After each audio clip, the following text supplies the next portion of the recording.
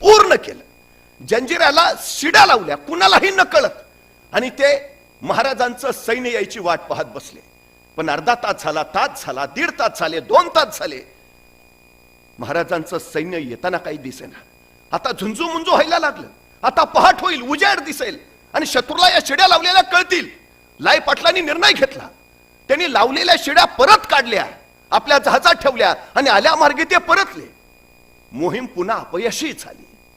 पण काही दिवसांनी महाराजांनी या लाय पाटील कोळींना रायगडावर यायचं बोलावणं धाडलं. लाय पाटलांना काय कळेना, जंजिऱ्याची मोहीम तर अपयशी झाली. म्हणजे आता महाराज काहीतरी बोलणार, अपयशाचे धनी आपल्याला ठरवणार. लाय पाटील कोळी थोडे घाबरतच रायगडावर पोहोचले. महाराजांच्या समोर उभा राहिले आणि महाराज म्हणाले, या लाय पाटीलची. आणि दुसऱ्या